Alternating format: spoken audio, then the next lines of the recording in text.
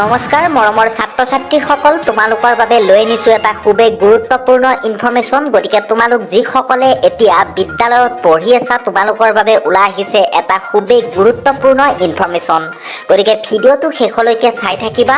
যদি চেনেলত নতুন হয় প্লিজ চেনেলটো তোমালোকে ছাবস্ক্ৰাইব কৰি ল'বলৈ নেপাহৰিবা। তেন্তে আৰম্ভ কৰিছোঁ আজিৰ এই গুৰুত্বপূৰ্ণ ভিডিঅ'টো। মন কৰিব, শিক্ষানুষ্ঠানৰ বাবে এতিয়া ওলাইছে এখন নতুন SOP। প্ৰতিখন শিক্ষানুষ্ঠানত থাকিব এতিয়া কোৱাৰেণ্টাইনৰ কোঠা, লগতে কোৱাৰেণ্টাইনত থকাৰ ব্যৱস্থা থাকিব শিক্ষানুষ্ঠানসমূহত।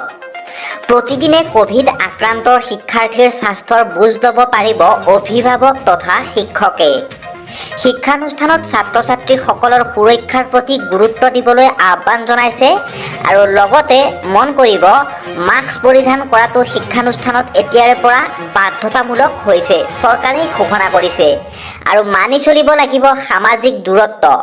লগতে আপোনালোকৰ ক'ভিডৰ বাবে শিক্ষানুষ্ঠানত পাঠদান বন্ধ নকৰাৰ পক্ষপাতী এতিয়া চৰকাৰৰ। পাঠদান কোনোপধ্যে বন্ধ নহয় আৰু সংক্ৰমণ ৰোধ কৰিবলৈ সকলোকে ক'ভিড নীতি নিয়ম কঠোৰভাৱে মানি চলিবলৈ আহ্বান জনাইছে চৰকাৰে। আৰু মাস্ক পৰিধান নকৰিলে 500 টকাৰ জৰিমনা ভৰিব লাগিব বুলি প্ৰশাসনক এতিয়া সকিয়নি দিছে চৰকাৰে।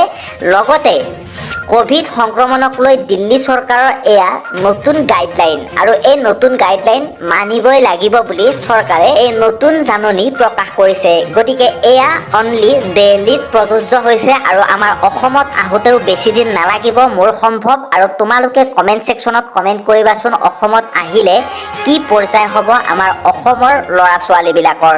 গতিকে এটা সৰু ইনফো আছিল তোমালোকৰ বাবে। যদি ভাল লাগিলে ভিডিঅ'টো শ্বেয়াৰ কৰি দিবলৈ নেপাহৰিবা।